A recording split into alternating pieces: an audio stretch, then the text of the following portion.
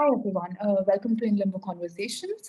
Today we have with us Nancy Jecker. Nancy S. Jecker is a professor of bioethics and philosophy at the Department of Bioethics and Humanities in the University of Washington School of Medicine. For more details about her research, please check the links mentioned in the video description. Thank you so much for joining me today, Nancy. Thank you. Uh, Today, we're going to be talking to Nancy about two themes. First is about midlife bias, its manifestation during the pandemic, and ways to tackle it. And second, more specifically, about sociable robots for older adults during global pandemic. So starting with the first theme, recently Nancy's book titled Ending Midlife Bias was published, where she argues that we can observe a midlife bias when we ethically analyze our ways of looking at the world. To start with, Nancy, could you please tell us what midlife bias is and what do you feel is the source of such a bias? Why is autonomy usually valued more than other values which are equally significant at other stages in our life? That's a great question. Thank you very much for inviting me to speak and to share ideas on this important topic.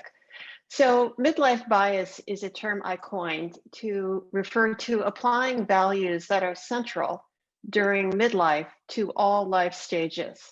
So, the underlying idea is that different values matter more to us at different stages of our lives. And they should matter more given the conditions of human development. During early life, caring, trust, and nurturing ought to figure more prominently due to the vulnerabilities and needs that characterize infancy and childhood. In midlife, in young adulthood, the capacity to be more independent, to develop greater physical and emotional independence, makes autonomy and self-determination a really salient value. Things start to shift again during later life when we face statistically much higher risk for chronic disease and disability, which makes maintaining our capabilities in the face of loss a primary consideration. And there's more of a focus on keeping our dignity intact because it comes under threat. So that's what I mean by midlife bias. And the general idea is to contextualize values to different life stages and to avoid the common mistake of using the midpoint of life, this notion of autonomy and independence, which figures very prominently, especially in the US and many other Western nations, using that as a way to make judgments about what we ought to do at all the different stages of our lives. Okay, so you pointed out in the book that privileging midlife raises fundamental problems of fairness and also that it suggests larger gaps in the ethical principles and theories at hand. So could you please share a bit more about it? What do you feel are the shortcomings of having this midlife bias? Yeah, so why worry about it? Well, it has really important practical effects. And in the book, I focus primarily on effects in healthcare. So in healthcare settings, it shapes decision making on behalf of people who are not in midlife, where other values are more appropriate. So, for example, I talk in the book about pediatrics. And applied to pediatrics, a principle of autonomy generates what I call a prep school model. So we focus on picturing children as future adults, as future autonomous agents. And we see our job as delivering them safe to adulthood and sort of transforming children into adults. Drawing on a prep school model, then, we focus on how to protect children's future rights to be autonomous, rather than thinking about the goods that are intrinsic to childhood. And when we apply the notion of autonomy, this midlife bias, to later life, which is the primary focus of my book, that generates what I call a hang in there model. So we picture later life as holding on, and we see our job as helping the old stay young and privileging midlife values. So for example, when we're making decisions on behalf of people in later life, we use tools like advanced directives. And we base our decisions on what someone wanted at a prior time, often a midlife moment, and generalize that to what's best for a present person, even if they are in later life, maybe have lack autonomy, suffer from advanced dementia. We're still trying to extend this notion of autonomy rather than thinking about their present interests and well-being.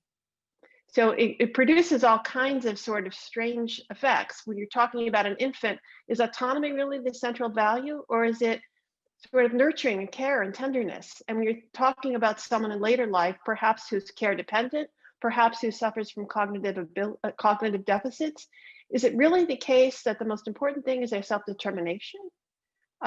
It's not that those values go away. They're just not focal values. They're not the most important values, and they shouldn't be the overarching basis for our decisions on behalf of people at all stages of life. We also tend, I think, to devalue people at different ages. So if we use a yardstick at midlife to think about children, they seem deficient. You know, their reasoning is impaired. It's not developed. They're immature. They're not capable of moral virtues. Older people seem past prime. They seem a shadow of their former self. So we don't value the dignity of individuals at each stage of life if we judge them by this midlife yardstick. Okay, and that makes sense. So I wanted to specifically see the case of old age houses and nursing homes, where we saw a range of ethical issues arise during the pandemic. So there was a time, still is, I think, where elderly people were left to take care of themselves without nurses around. And I think there are reports of thousands of people losing their lives. So I remember NY Times calling nursing homes a death pits at some point. So could you tell me if such a crisis, in old age homes, nursing homes, could it be related to midlife bias? What do you feel like when things were being decided on how to deal with the pandemic? That's a great question. I think midlife bias certainly is underlies in many places the devaluing of later life and the lack of investment, especially public investment, in long-term care facilities serving primarily older clientele, in skilled nursing facilities serving primarily older clientele. We haven't invested in these facilities, and we know it's well documented. Before the pandemic even hit, we knew, for example, in the US, there was a major study that the Government Accounting Office did documenting major deficiencies in things like infection prevention and control in nursing homes and long-term care facilities. Something like 82% of facilities that were surveyed showed deficits, and also the staff that work in long-term care facilities are underpaid, and they are often working multiple jobs. So they're spreading infection from one long-term care facility to another because they don't have a living wage. So they have to work in multiple jobs at the same time. So I think that reflects the values of society, the view of that older adults are burdened somehow rather than individuals that have rights and who deserve to be treated with respect and dignity. So the idea is this is a burden. We don't want to put our investments there, and we devalue the caring labor that nursing home staff make. We underpay people, and we don't staff enough, and people in the US at least, I think in many parts of the world, have to pay out of pocket for long-term care facilities, and they can't afford it. So there are informal networks that get set up. There are all kinds of problems with a lack of investment in long-term care, and it will only increase as societies age, because we know that as people get older, they face increased risk of chronic disease and disability. So they'll need help with simple activities of daily living. And with changing roles of women, women having opportunities more similar to what opportunities men have to work outside the home, for education, we can't really rely on female family members to serve as unpaid caregivers and perform that labor. So we need it as a society to invest in and value older adults, and to see that as a responsibility and really a requirement. So I think it's a reflection of a broader problem with long-term care, and with increased longevity comes increased care dependence, and really needing a system around the world, systems around the world that address this. There are a few places, such as Japan, where they do have publicly funded long-term care, and they really have made an investment. But as societies age, it gets more and more of a strain to do. It becomes more and more of a challenge, but it's a challenge that we really need to meet because we owe it to older adults. Right. Relating from that, when we are creating public policies to deal with a health crisis like the current one, what kind of policies do you think could address the midlife bias, and what are the policies which would be sensitive to later life stages? Do you feel there are any instances in the current pandemic which would sort of give us an idea of where such sensitive treatment has been there? That's a great question. I'm going to answer it in very broad terms. I can't think of any examples where I'd say that it's gone well. Um, I think broadly speaking, we need to shift from focusing on autonomy and self-determination during later life to focusing on respecting dignity and helping older adults to live dignified lives. A dignified life's approach underscores, what I call reasonable efforts, making reasonable efforts to safeguard central human capabilities. And I mean the central things that we can do and be as human beings. So be healthy, have bodily integrity, just be able to use our bodies to carry out our desires and goals, exercise our senses, our imagination, our thought, express our emotions, affiliate with others, um, relate to nature, play, recreate, have some control over our immediate environment. These are simple things that we can do and be, central things that we can do and be, that are really under threat when people face chronic disease and disability. People need support with activities of daily living. And respect for dignity demands that we make reasonable efforts to support people at least a minimal level. And that relates to what we were just talking about, long-term care facilities and that sort of support as individuals become care dependent in later life increasingly, or at increasing risk of that. So I think a dignity guided approach is what should govern policies for older adults. Okay, so those are the main questions I want to sort of ask about the first segment of our conversation about midlife bias. In the second segment, I was hoping to look at sociable robots. So Nancy published a paper titled "You Have Got a Friend in Me: Sociable Robots for Older Adults in the Age of Global Pandemic." I think it was in July, and we have linked the paper in the video description as well. So in this paper, Nancy talks about the proposal of sociable robots as companions or for older adults who are facing social isolation and loneliness due to physical distancing, especially during the lockdown mode. So, Nancy, you have talked about the idea of sociable robots, especially how model public health strategies could leverage robot designs to create robots which are lifelike. So, could you tell me how you came upon this idea of sociable robots? And I'm really excited to know how do you imagine such robots, like futuristically, when we are dealing, especially when we are dealing with pandemics like this in the future as well? Good question. Yeah, before the pandemic, in the US, the National Academies of Sciences, Engineering and Medicine had come out with this big report that had summarized 4 decades of research showing how serious a problem social isolation and loneliness is. It's not just that we miss other people or we feel lonely, it really is a threat to health. Um, and it's not debated. Um, Social isolation and loneliness predict all causes of mortality, and the risk to health rivals clinical risk factors like obesity and smoking in the US. It's associated with not only threats to physical health, but psychological, cognitive health, and death. So it's really a serious problem, and it becomes even worse during a pandemic like the COVID-19 pandemic, because during infectious disease outbreaks, of course, as a result of mandates to self-isolate for long stretches, with, in this case, the situation we're currently in, really no endpoint in sight yet, but this need to contain disease spread and keep people safe, social isolation and loneliness spike.